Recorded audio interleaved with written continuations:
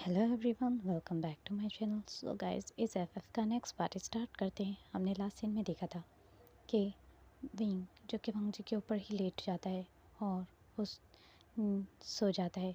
अब वंग जी जो अपनी बॉडी जो बिल्कुल टूटी हुई महसूस कर पा रहा था, क्योंकि उसके अल्फा ने उसे बिल्कुल भी नहीं छोड़ा था। अब वंग जी जो कि विंग को थोड़ा दूर करता है और विंग जो कि बिल्कुल नींद में है, अवांग जी जो एक करवट ले लेता है और दूसरी तरफ फेस कर लेता है और मन में सोच रहा था, क्या मैं ऐसे पर्सन से कैसे प्यार कर सकता हूँ जो पर्सन आज तक मुझसे नफ़रत करता रहा और आज वो मुझे बस ये कह रहा है कि वो मुझसे प्यार करता है और उसने एक बार बस माफ़ी मांग ली। क्या मैं उस पर्सन को माफ़ कर सकता हूँ? इतनी जल्दी तो नहीं। उसने मेरी पूरी ज़िंदगी को बर्बाद कर दिया और मैं उसे इतनी जल्दी कैसे माफ़ कर दूँ? और वहीं सोचते हुए वांग जी को भी नींद आ गई। अब सुबह पर सीन शिफ्ट होता है। वांग जी ने अपने बेबीज़ जो थे, अपने तीनों बच्चों को ठीक से क्लीन किया। क्लीन करने के बाद तीनों बेबी को मिल्क फीड कराते हुए सुलाने लगा। वहीं पर उसने किसी ऐसे पर्सन को देखा जिसकी उसने फेस को बहुत दिन बाद देखा था। Van king. वैन किंग को वो बहुत दिनों बाद देख रहा था। वैन किंग वहाँ आती है और कहती है, तुम्हें मैंने कहा था ना यहाँ मत आना, तुम क्यों आए? और वैंकिंग को बहुत ही ज़्यादा अपसेटली वो देखकर वैंकिंग ने ही वांग जी की मदद की थी भागने में। अब तक विवोशान को ये नहीं पता। अब वांग जी उसे कहती है, वैंकिंग वो उसने मुझे ढूंढ लिया था। अब वैंकिंग कहती है, मैंने कहा था ना वो तुम्हारे बच्चों को। लेकिन वांग जी कहता है, लेकिन उसने कुछ नहीं किया, उसने बच्चों को कुछ भी नहीं किया। तो फिर वैंकिंग जो शॉक हो जाती है और वैंकिंग जो कि अब कहती है, ठीक है, अब तुम क्या यहाँ खुश हो? अब वांग जी ने अपनी आंखों को नीचे झुकाया और कहा, हमारी शादी हो चुकी है। और उसने माफ़ी भी मांगी।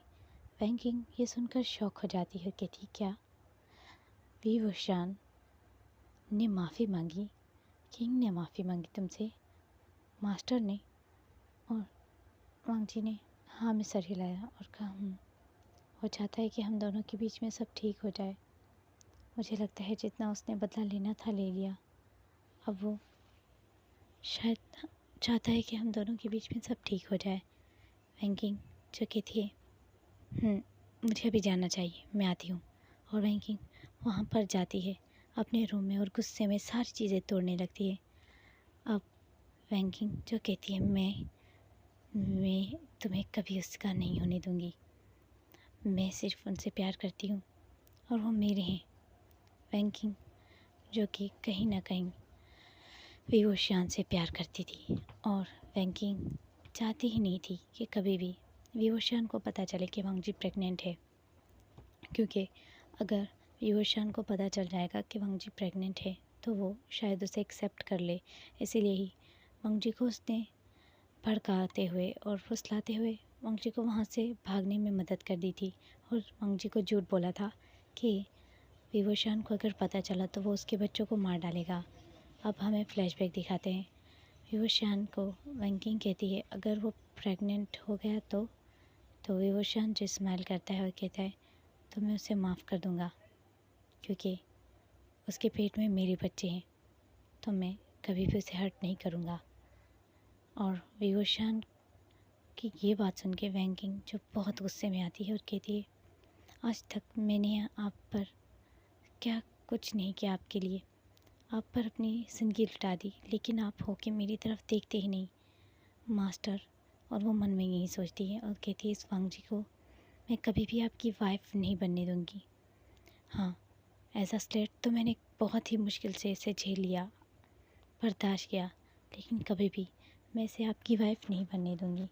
वैसे कहने के बाद वांग जी के पास जाती है और वांग जी के दिमाग में उल्टी सीधी बातें डालते हुए वांग जी को ये बता देती है कि वो प्रेग्नेंट है और वो विवोशान को नहीं बताती कि वांग जी प्रेग्नेंट है।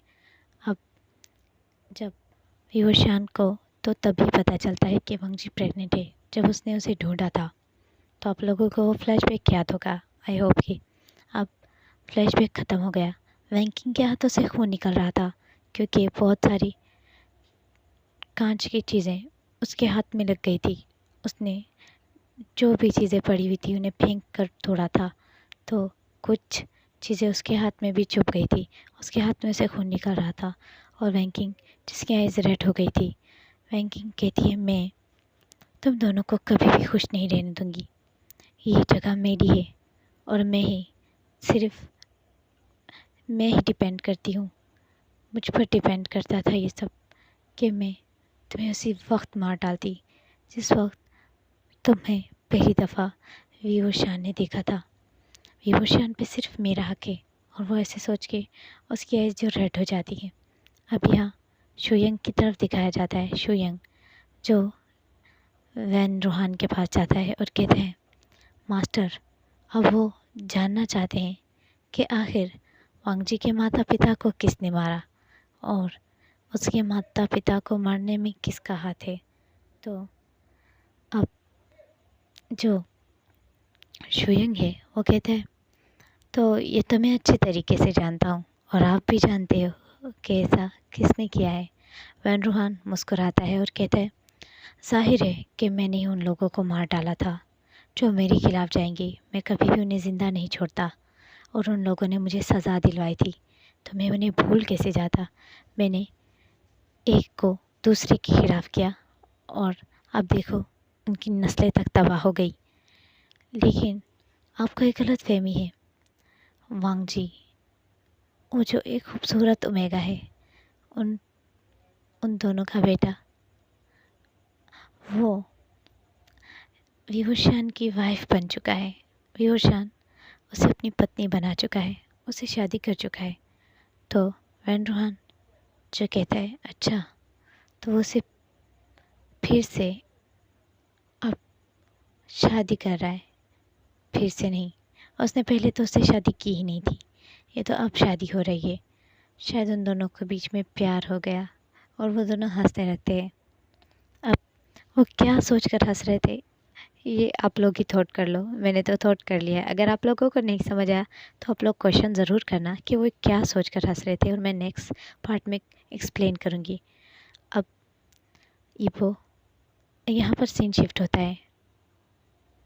शुयंग जो कि अब विवोशान के पास जाता है। विवोशान जो वांगजी को बैक करके कुछ कह रहा था, तो सडनली ही शुयंग जो देखता है विवोशान ने वांगजी को बैक हक किया हुआ है और उसकी नेक में फेस रब करते हुए स्माइल कर रहा है और कुछ कहता है और वहाँ से चला आता है।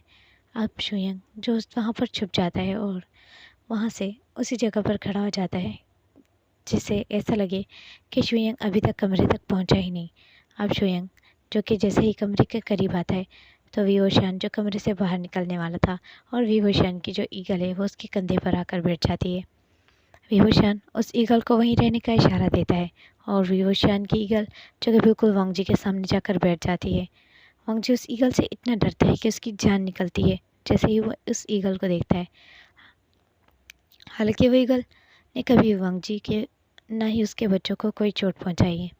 अब वो बहुत ही ज़्यादा शुयंग जो कहता है, मास्टर, मुझे पता चल गया, मेरे पास ये इन्फॉर्मेशन है। और वो इन्फॉर्मेशन जो कि विवोशान को देता है और कहता है, इससे कंफर्म होता है कि वांगजी के माँ बाप ने ही आपके माँ बाप को मारने की कोशिश की थी और उनकी वजह से उन लोगों ने उसे मार डाला था। और वो लोग जो कि आपके माँ बाप की हत्या में शामिल थे, उसमें आधे लोग तो मर चुके हैं। ये उन लोगों की लिस्ट है जो ज़िंदा है। तो विवोशान ने कहा,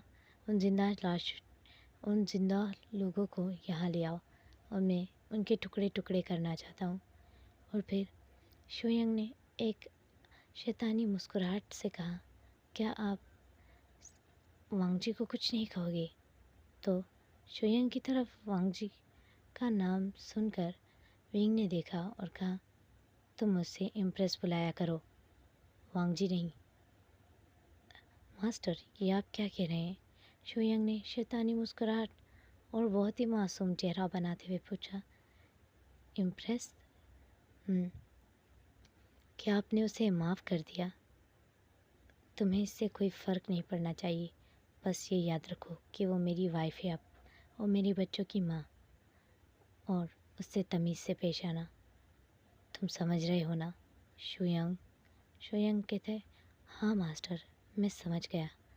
और शुयांग जो अपने मन में सोचता है, अब मुझे तुम उस 2 टके की स्लेट की इज़्ज़त करने का बोल रहे हो, जिसे मैंने कभी भी उस नज़र से देखा ही नहीं, जिससे मैं उसको रत्ती भर भी इज़्ज़त दे सकूं।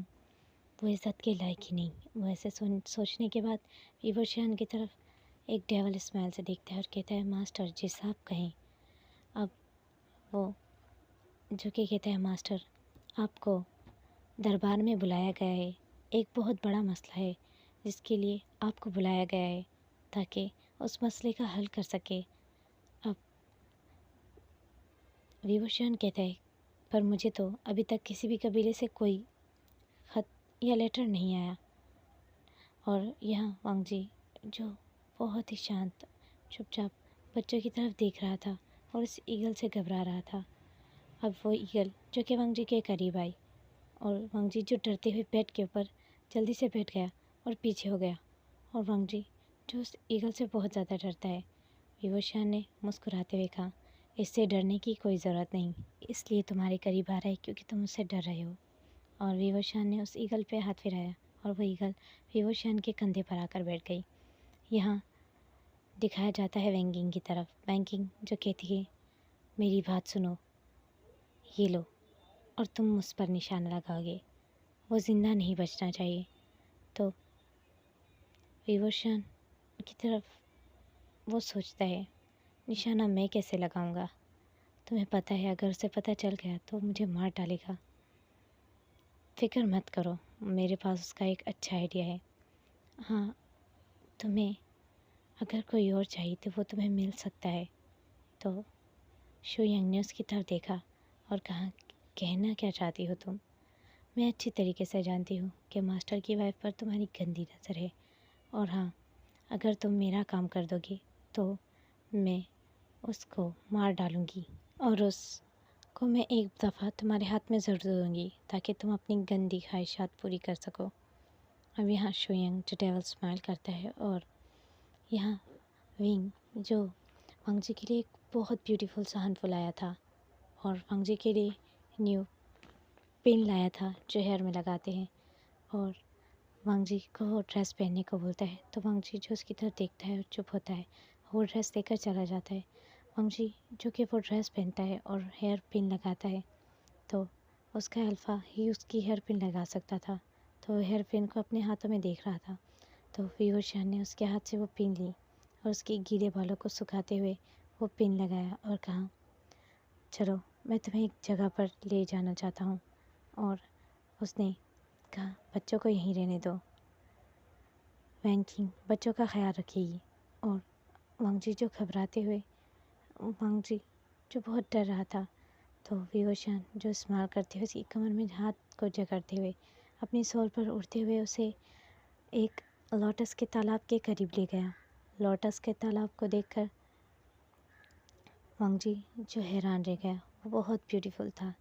अब विवशान वहाँ पर अपनी बांसुरी, अपनी फ्लूट से बहुत ही अच्छे से म्यूज़िक बजाने लगा, जिससे विभूषण की जो पावर्स थे वो और ज़्यादा इंक्रीज़ होने लगी। अब विभूषण जो फ्लूट बजा रहा है, और विभूषण जो अपनी फ्लूट को रख देता है और कहता है, तुमने पहली दफ़ा देखा इस फ्लूट को? तो वांगजी जो चुप है, और वांगजी जो कुछ भी नहीं कहता। विभूषण कहता है, तुम मुझसे डरना बंद कर दो।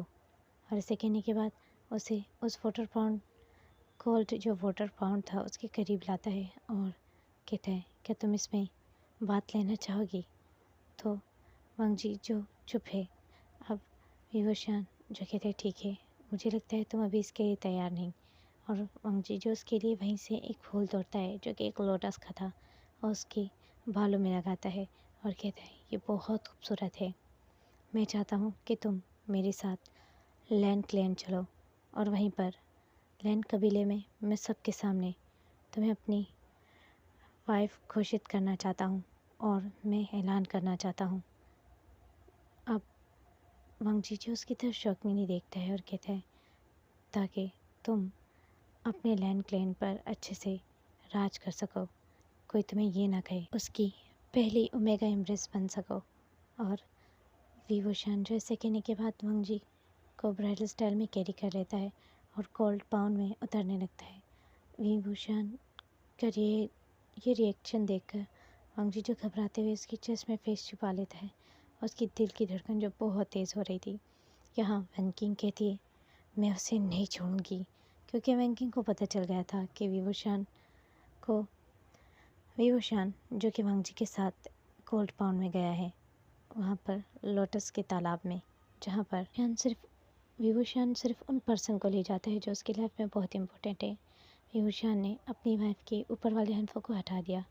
वाइफ की बॉडी ऊपर से बिल्कुल म्यूट थी, नेकेड थी, और वांग जी ने आंखें बंद कर ली और विभूषण ने मुस्कुराते हुए कहा, घबराने की कोई ज़रूरत नहीं है, अच्छा फील करोगी तुम यहाँ और तुम्हें सुकून महसूस होगा। वांग जी की बालों से विभूषण ने पिन निकाली, उसके बालों को खोल दिया, उसके फोरहेड रिबन को भी उतार दिया और उसे कस गले लगा लिया। विभूषण भी अपने हंफों की लेयर्स को खोल देता है। अब यहाँ पर वैंग किंग जो कि वैन रूहान के पास जाती है और कहती है, आपको जो चाहिए वो मैं मास्टर से जल्द लेकर आ दूँगी आपको, लेकिन पहले मैं वो चाहती हूँ जो मुझे चाहिए। तो वैन रूहान कहता है, बोलो तुम्हें क्या चाहिए।